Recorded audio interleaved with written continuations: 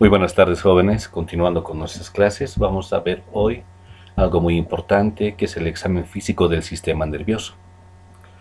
Y antes de empezar el tema, vamos a hacer un pequeño resumen de lo que es el sistema nervioso en sí, que está encargado de la integración y control de todas las actividades del organismo, ¿no? Sean voluntarias o involuntarias, ¿no? De acuerdo al grado de desarrollo va a aumentar su complejidad. Y la base, el fundamento del sistema nervioso es la neurona, ¿verdad? La unidad fundamental, que va a tener características principales, ¿no? Una célula muy especializada que va a transformar estímulos en señales electroquímicas y además va a transmitir las señales en forma de impulsos nerviosos, ¿no? ¿A través de dónde? De las sinapsis nerviosas que están en cada neurona como unas patitas que van a poder hacer esta unión, ¿verdad? Entonces va a haber células transmisoras del estímulo y células receptoras del estímulo. Entre las transmisoras, de los órganos de los sentidos, por ejemplo, u otras neuronas especializadas, y las receptoras van a ser las fibras musculares, células glandulares y también otro tipo de células nerviosas que van a ser especializadas. Entonces tenemos en la recepción de todo lo que son los estímulos y además en la transmisión de los impulsos nerviosos una neurona en sí que va a estar especializada en ese tipo de trabajo. Vamos a integrar además zonas importantes a las cuales va a llegar al sistema nervioso central esta información o se va a quedar en la médula espinal, dependiendo del tipo de acción que tenga la célula y el estímulo que se produzca. Dentro de las partes principales de la neurona vamos a recordar que las dendritas van a ser prolongaciones importantes de la neurona, el soma o el cuerpo neuronal, donde el núcleo va a ser la parte más voluminosa, el axón, que nos va a permitir hacer la transmisión del impulso eléctrico, y este axón se va a comunicar con otras dendritas de la neurona que viene a continuación. Entonces ese va a ser el trabajo importante de recibir impulsos y transmitir también información, ¿ok? Entonces dentro del sistema nervioso ya vamos a poder ver que existen dos tipos de nervios en sí: los sensitivos, que van a recibir el estímulo, y los motores, que van a transmitir la respuesta del estímulo que se ha dado. Básicamente sobre eso vamos a trabajar mucho.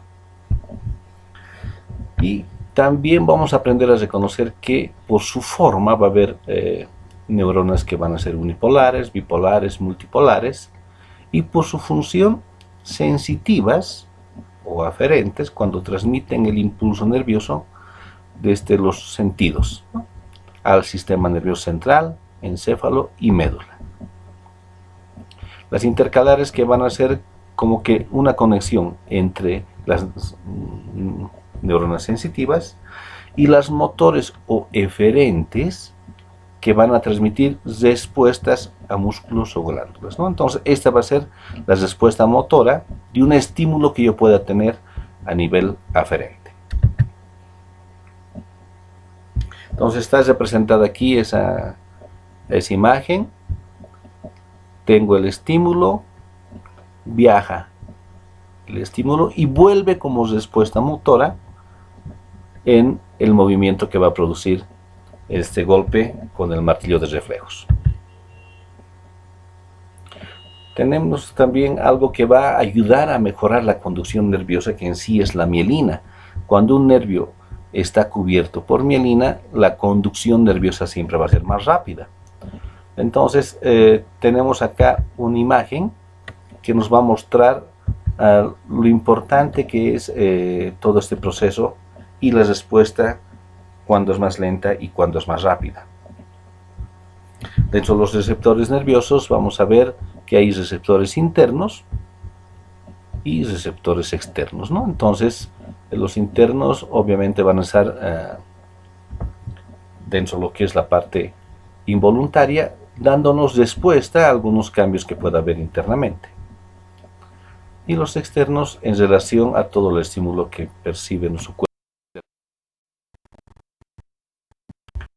Un órgano sensorial entonces va a ser un conjunto de receptores nerviosos que van a reaccionar ante un mismo estímulo, por ejemplo la vista, ¿no? Que el color, la intensidad de la luz, de pronto la disminución que pueda haber en relación a la misma luz, todo eso va a producir que se abra o se cierre más el diafragma, que de pronto mejore la intensidad de la visión y todo este conjunto va a dar respuesta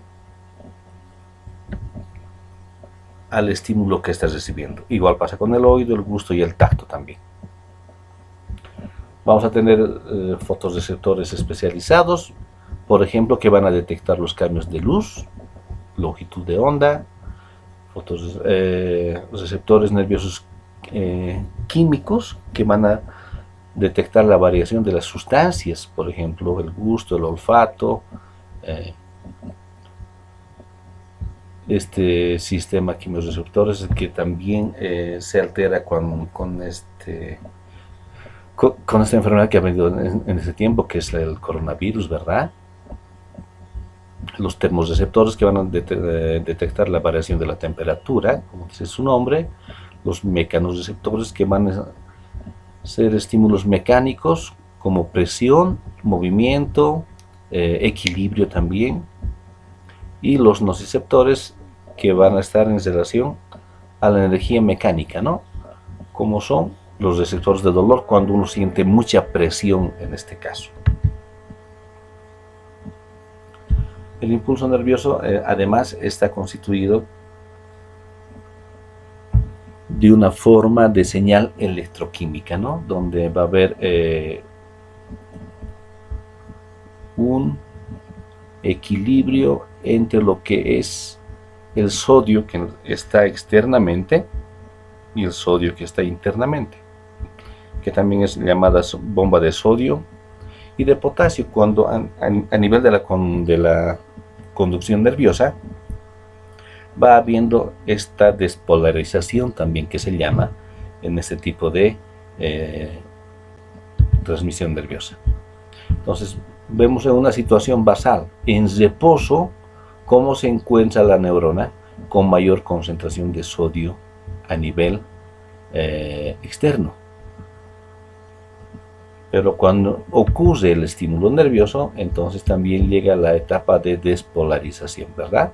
Entonces va a haber un intercambio de sodio que entre, y a medida que transcurre el impulso, entonces va a ir saliendo un poco de sodio y va a ir entrando otro poco, hasta que termine el impulso nervioso.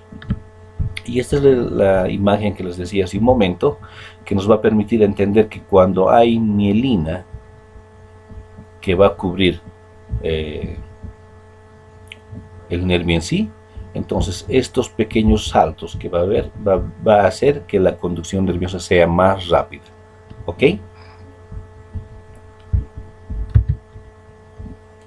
Y la sinapsis, que va a ser la unión de las dendritas con el axón y la transmisión del estímulo nervioso, entonces nos va a permitir tener una conducción nerviosa adecuada. ¿A través de qué? De ciertas sustancias químicas que van a ser llamadas neurotransmisores. Por ejemplo, la acetilcolina, noradrenalina, serotonina y melanina. Entonces, ¿cuál es la función de estos neurotransmisores? Activadora, porque pueden activar algún tipo de respuesta, o inhibidora, ¿no? Hacer que realmente se inhiba una respuesta. Tenemos un diagrama ahí que nos muestra el estímulo nervioso y en sí la relación que existe de una célula neuronal con otra. Ya para terminar esta primera parte, vamos a ver que el sistema nervioso, para recordar, está dividido en un sistema nervioso central y un periférico. Pero estos también se subdividen en el sistema nervioso central, en el encéfalo, todo lo que involucra el sistema nervioso central en sí, y la prolongación que sería la médula espinal. Y el sistema nervioso periférico, los sensitivos, nervios sensitivos y nervios motores. Nervios sensitivos que van a estar en relación, además, con todo lo que percibimos externamente. Y los motores a nivel somático, que es el voluntario, y el autónomo, que es lo involuntario, ¿no? Y esos van a estar regulados a la vez por el sistema simpático y el parasimpático. Nos vamos a ver que el sistema nervioso central va a estar formado especialmente por el encéfalo y su prolongación, que es la médula espinal. La médula espinal nos va a mostrar que existen 31 pares de nervios que van a salir a través de la columna, y el encéfalo,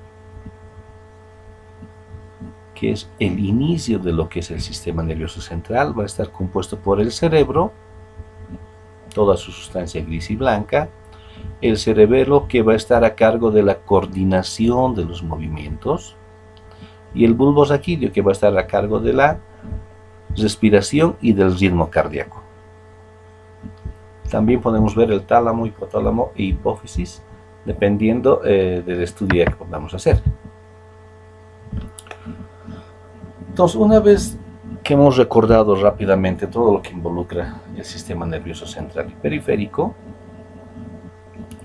vamos a poder empezar una valoración neurológica. Y antes de poder valorar al paciente, tenemos que comentarle qué tipo de examen vamos a realizar con él, si vamos a seguir ciertas zonas para ver dermatomas y conservan la sensibilidad nerviosa por el transcurso del nervio que recorre esa zona. Vamos a ver reflejos, vamos a ver tono muscular, y antes de empezar es bueno siempre hacer una explicación. Entonces, esto va a permitir conocer el estado del paciente para poder empezar un tratamiento de fisioterapia. Nos va a permitir establecer los objetivos de tratamiento a corto, largo plazo del paciente. Nos va a permitir además ver los cambios reales que tiene el paciente a consecuencia del tratamiento que voy a implantar, y de acuerdo también a la enfermedad que pueda tener. Nos va a permitir considerar los registros que tenemos en nuestra historia clínica fisioterapéutica como instrumentos necesarios. ¿Por qué? Porque tengo que tener además administrada mi gestión. ¿Qué quiere decir eso? Todo lo que voy a hacer desde que entre el paciente, el diagnóstico que saque, el tratamiento que he instaurado, hasta la evolución y dada de alta del paciente, ¿no?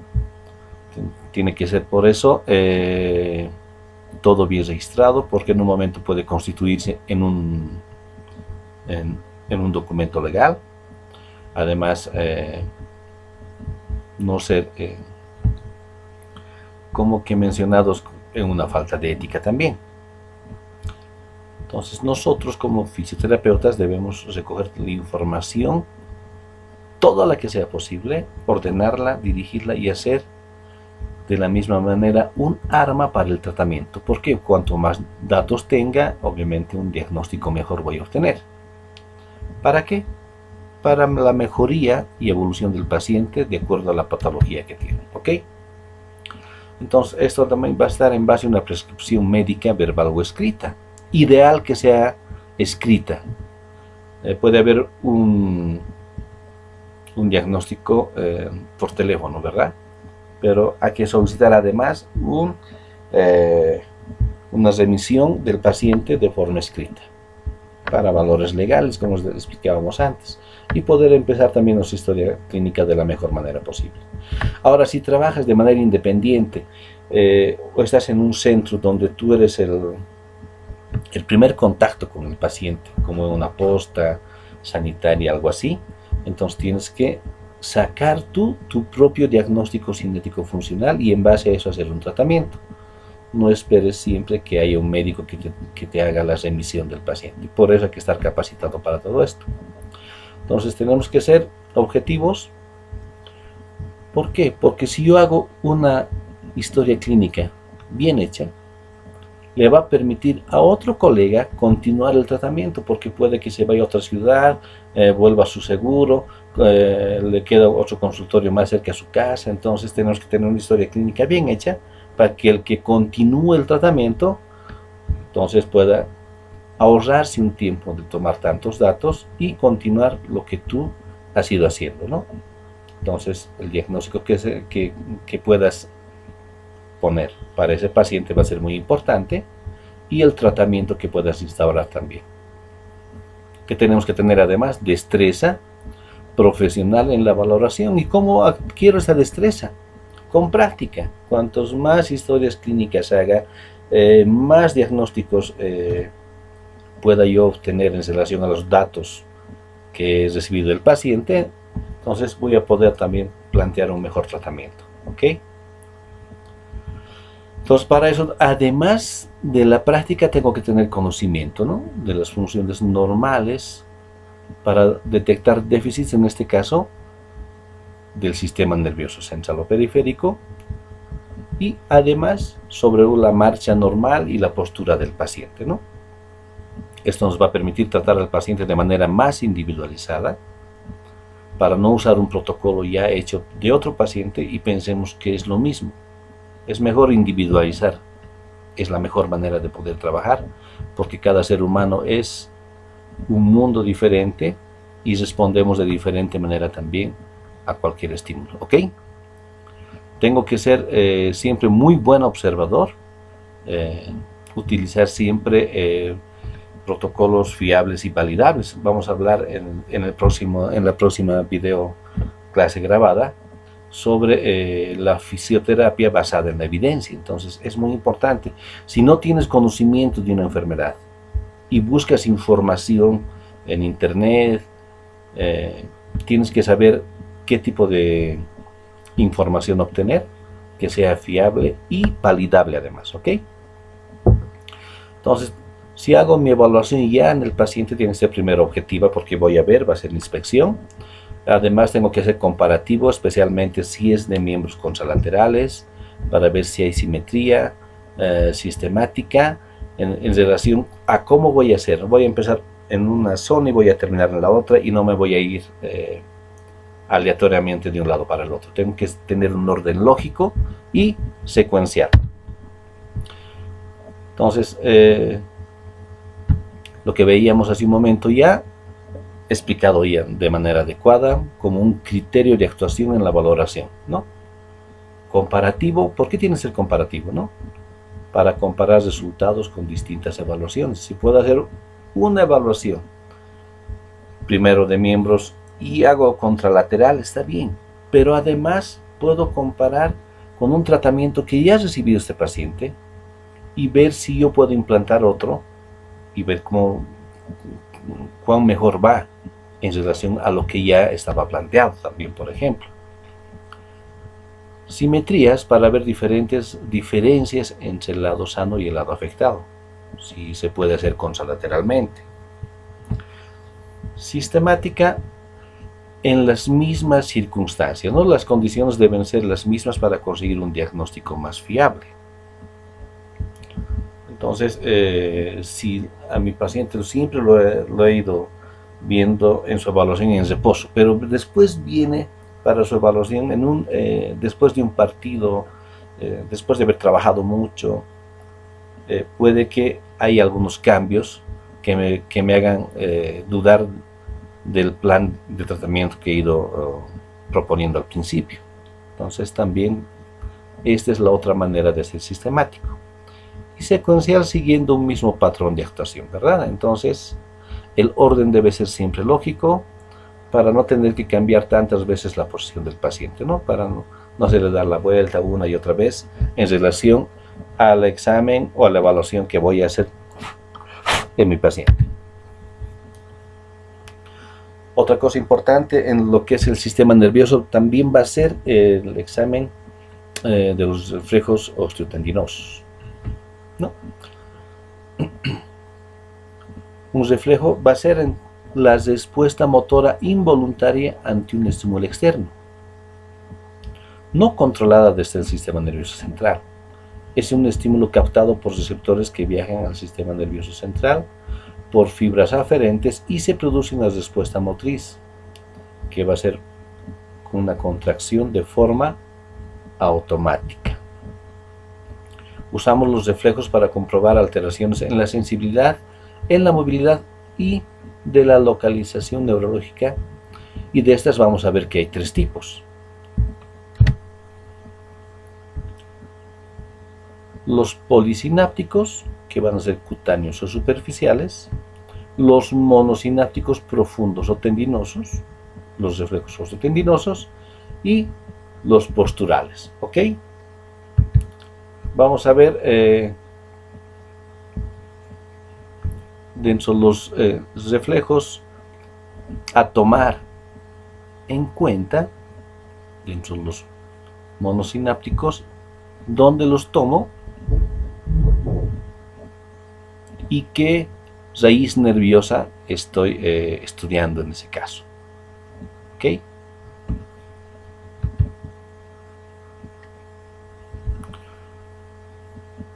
Los reflejos superficiales o tendinosos también vamos a poder ver, por ejemplo, en la región plantar, que me va a mostrar la raíz nerviosa entre sacra 1 y sacra 2. Entonces aquí tenemos la explicación y aquí tenemos la forma de realizar este tipo de examen, en este caso del reflejo superficial o tendinoso, ¿ok? Entonces, la forma en que debo seguir el proceso para que me dé una respuesta así, mostrándome que no hay problemas a ese nivel, o cuando hay una respuesta en extensión del dedo gordito, o a veces todos los dedos, o flexión también de estos, que me va a mostrar que puede haber una lesión asociada al sistema nervioso central. Entonces se llama Babinski positivo o Babinski negativo, ¿ok? Así también vamos a poder ver otro tipo de reflejos que van a estar en relación, por ejemplo, a la lumbar 1, el reflejo cremastérico, o el reflejo de Babinski que ya hemos visto hace un momento. Hablando ya de lesiones que van a ser consideradas piramidales o extrapiramidales, vamos a decir que es un proceso principalmente motor por afectación de la vía motora principal conocida como vía piramidal, ¿no? ¿Por qué? Porque nacen de las neuronas piramidales. Este síndrome piramidal es también conocido como síndrome de parálisis de la primera neurona motora o de la motoneurona superior también. Un clásico ejemplo, este temblor que nos va a producir la enfermedad de Parkinson, ¿ok? Porque hemos mencionado dónde estaba el equilibrio y el movimiento alterado, ¿verdad? Y el sistema extrapiramidal se encarga del control de los movimientos voluntarios y del tono muscular. Entonces puede haber una lesión extrapiramidal que altere el movimiento voluntario y el tono, y también va a haber otra en el sistema nervioso central. ¿Cuál es la diferencia? Que además del trastorno del movimiento puede haber trastornos del tono y de la postura. Entonces, ¿qué nos va a mostrar esto? Nos puede mostrar espasticidad y rigidez, que va a ser obviamente provocada por la espasticidad, y la velocidad de los movimientos alternantes, ¿no? O movimientos involuntarios anormales. ¿No? Son características que va a presentar este tipo de paciente.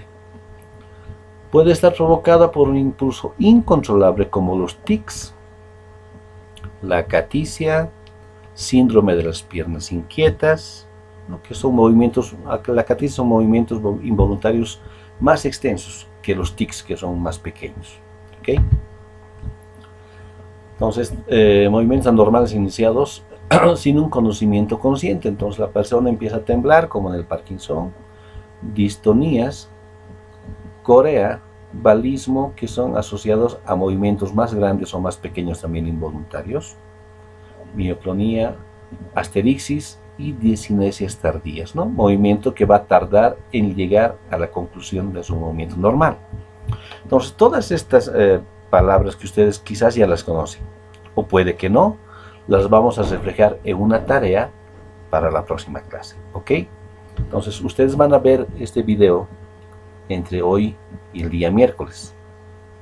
Entonces, la tarea va a ser para el día viernes, ¿no? Tienen un pequeño glosario de todas estas palabras que no conocemos muy bien, pero que tenemos que aprender su definición o recordarlas si ustedes ya conocen.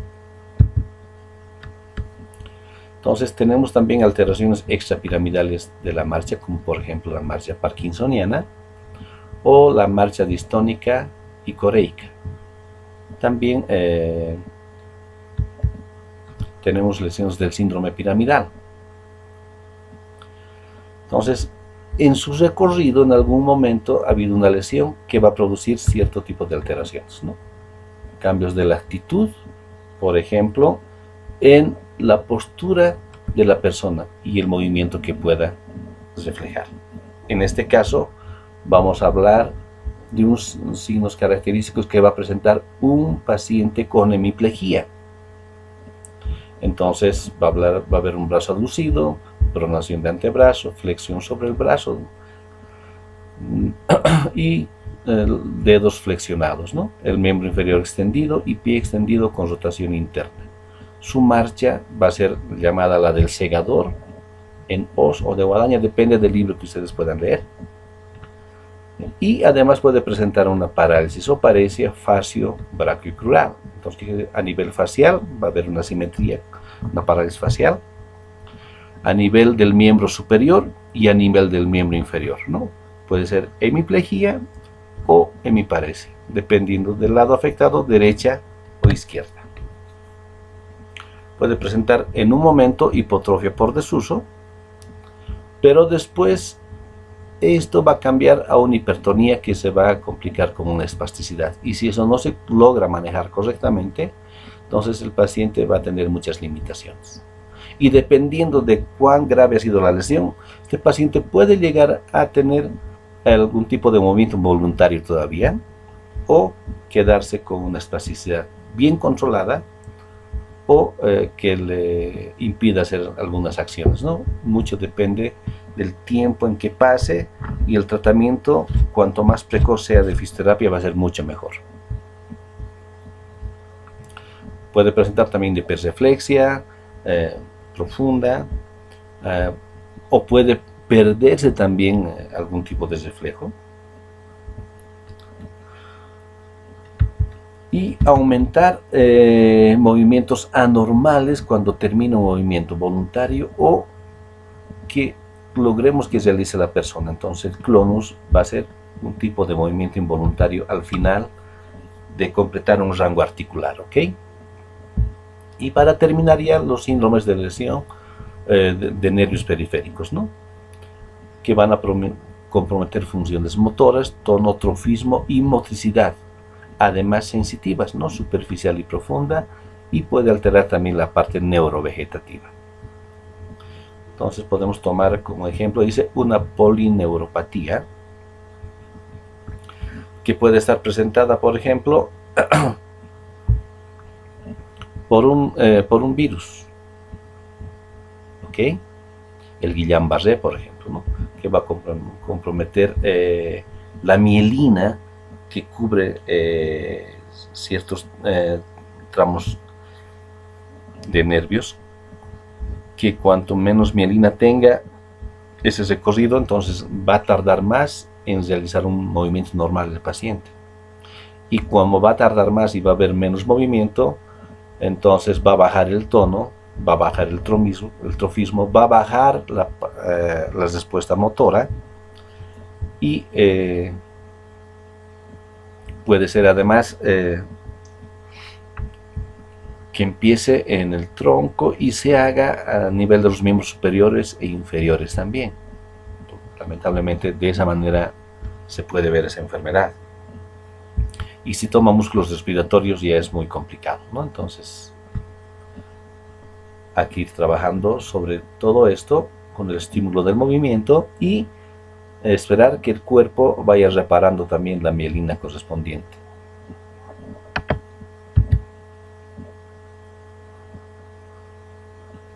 Entonces podemos tener signos, en este caso, de hipotrofia o atrofia muscular, porque no va a haber movimiento ya. Cuanto más distal va a ser más marcado. Y parálisis o paresia muscular.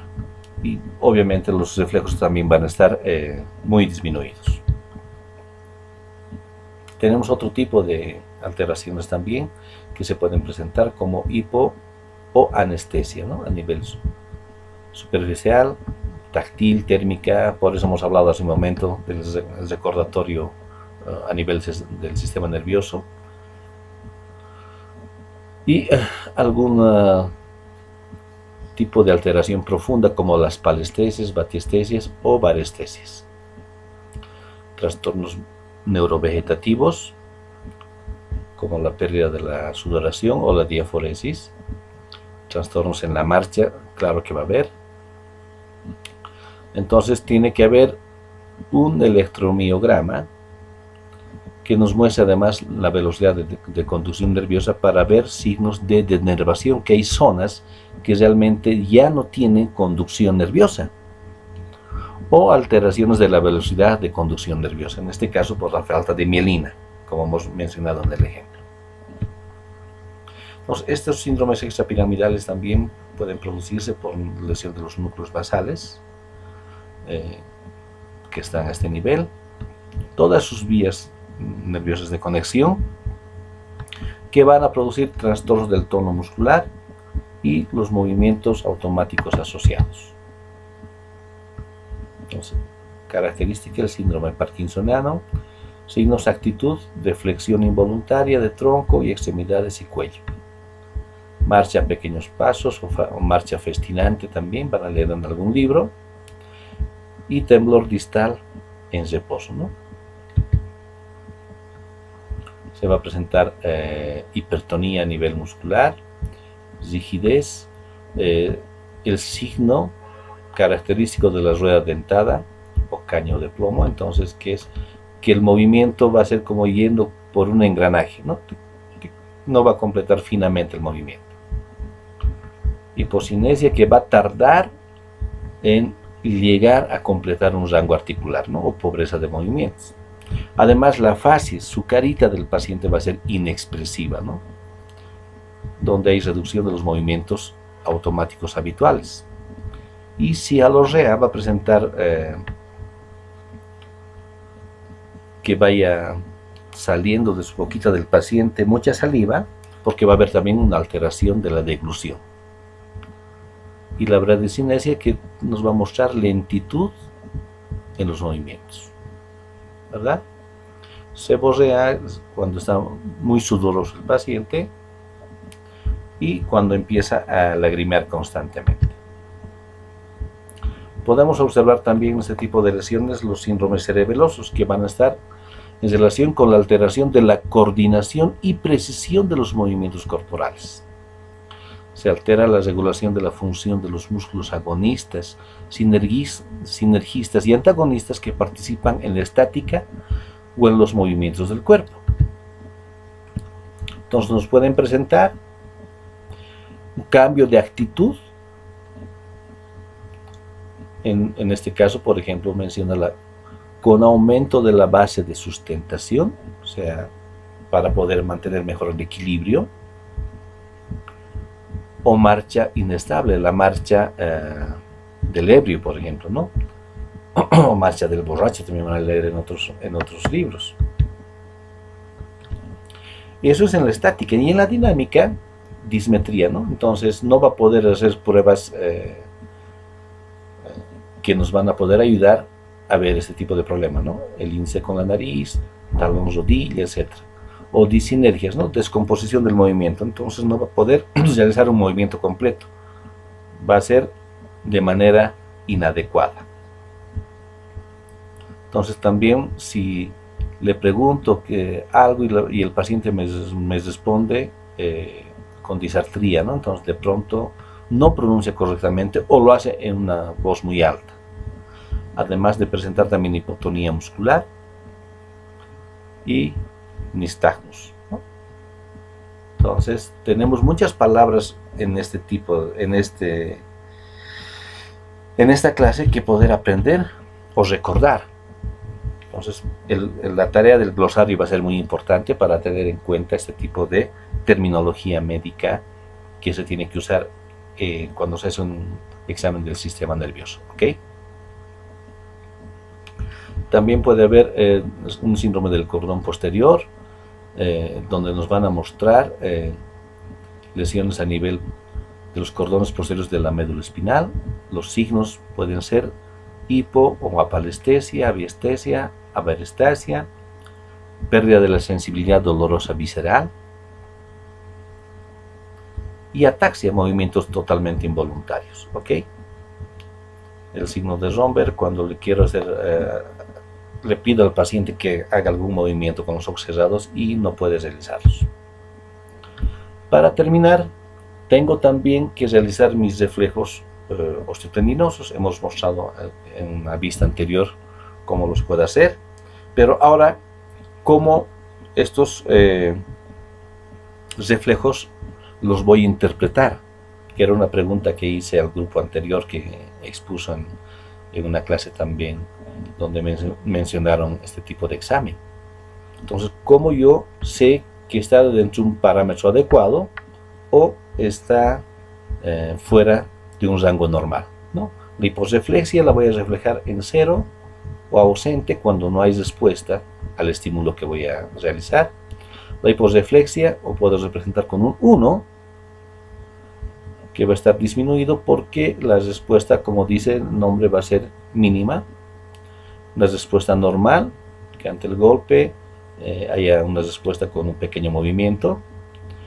Hiperreflexia, cuando haga el pequeño golpe para producir el estímulo y haya un gran movimiento, ¿no? O hiperactivo. O la hiperreflexia, va a ser un número 4, donde además de un gran movimiento va a haber pequeños movimientos más que se llaman clonus, ¿no? De respuesta a este estímulo. Entonces, esta va a ser la base para poder además reflejar el tipo de reflejo que voy a poder observar en el paciente. Ok, estas son algunas enlaces que nos pueden ayudar a ver también en el YouTube cómo se realizan este tipo de examen de los reflejos y del sistema nervioso central y periférico. Entonces, hasta la próxima clase, muchachos. Muy buenas tardes.